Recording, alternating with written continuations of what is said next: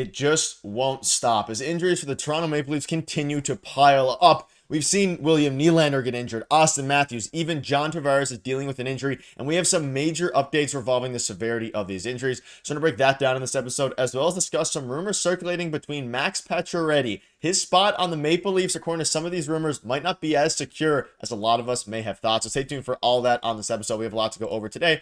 But before we do, if you're part of the 70 or so percent who aren't subscribed to the channel, make sure to hit that subscribe button. We're getting extremely close to 13,000 subscribers. It's a milestone we've been looking forward to for a while, stars. Thank you guys for your continued support, and make sure to hit that subscribe button. But Darius, we have a lot to go over today, a ton. We have injury updates. We have some wild rumors after Nick Robertson has been shining in preseason, especially after his really good goal last game, even though he did end up accidentally injuring William Nylander. But a lot of these injuries now are starting to pile up. You think about Austin Matthews, you think about John Tavares, you think about obviously William Nylander, and a lot of other guys as well. We have tons of updates, and a lot of them are positive, but we also have some injuries that kind of came out of nowhere. So let's just dive right into it. We'll keep you up to date with all of these. So the following players that just dropped will not skate today and are listed as day-to-day. So that is Tavares, Steves, and Cal Yarncroc. Now, a lot of these injuries kind of came out of nowhere. We know that in yesterday's game, John Tavares was taken out by Craig Berube, basically out of precaution. We've also saw Alex Steves, who's having an unbelievable training camp. But Darius, there's a lot of injuries going on here. But one thing to note is that Austin Matthews is back on the ice. William Nylander is back on the ice. So the two major injuries that were of utmost concern for both of us regarding William Nylander, especially after getting hit in the head by the Habs player yesterday, they are good to go, and we'll get into the report in a minute. But it seems like that Nylander's good, Matthews is good, but they're dealing with a ton of injuries here, and it's a little bit concerning. I'm seeing a lot of fans out there saying just sit the Stars for the rest of the preseason. I don't know if it's that simple. Yeah, two guys who are not on this list, obviously Austin Matthews and William Nylander, who I guess were dealing with injuries, or Austin Matthews at least. But, Austin Matthews didn't miss a day on the ice. He was still skating yesterday. So I don't think there's anything significantly wrong with him. It's probably just bumps and bruises, all that stuff, that comes with a hard training camp, that this one is specifically for the Maple Leafs because of the new coach coming in, new coaching staff in general. And obviously Nylander's not on the list. They said they removed him from the game and it was precautionary last night. So I would suspect that there's nothing wrong with him. He'll probably play in their next game. They got to get another good look. He left in the first period, right? And they got to get another good look at him at center. So that is a little concerning that he missed the rest of the game. But again, it was precautionary. You don't want him to actually get hurt or hurt worse. So pull him out, and obviously he can play in another game. And I suspect he'll be in the next game, or we don't know their exact plans. We don't know what the lineup's going to be, but I'm sure it's closer to what the actual team will look like as we head down the stretch here in the preseason. But I'm not worried about those two in terms of injuries.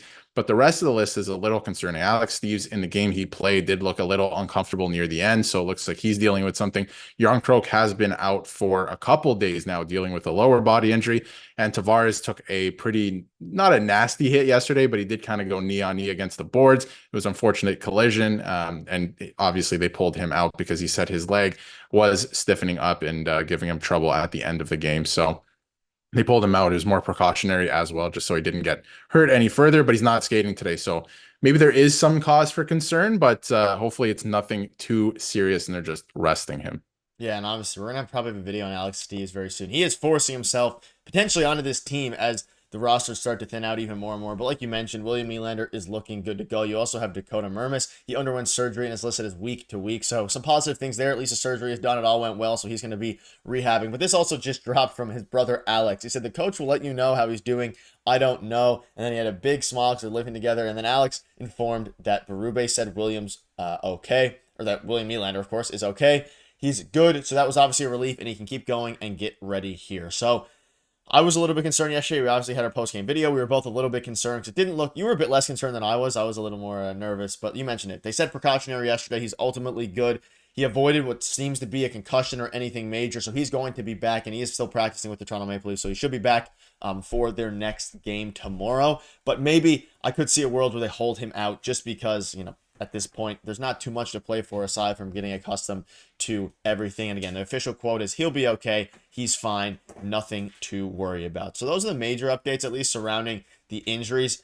The major guys are fine. Some other ones that kind of came out of nowhere, Alex Steves, and hopefully Yarncroc is okay as well. So there's a lot of different things going on with the injuries, but that's normal, especially like you mentioned in a training camp where Craig Berube is really working these guys hard. But there's speaking of working hard, I want to discuss this a little bit. So Justin Bourne came out and said this on Max Pacioretty. Are we sure about this? Are you really going to trade a guy like Robertson for him? I just don't know. And this kind of brought up a lot of discussion. Now, I'm obviously very big on the Max Pacioretty train. He's had an unbelievable training camp. He's done everything he's needed to do so far. He's wasn't as good last game, obviously, as he was in his first preseason game where he scored 2 goals.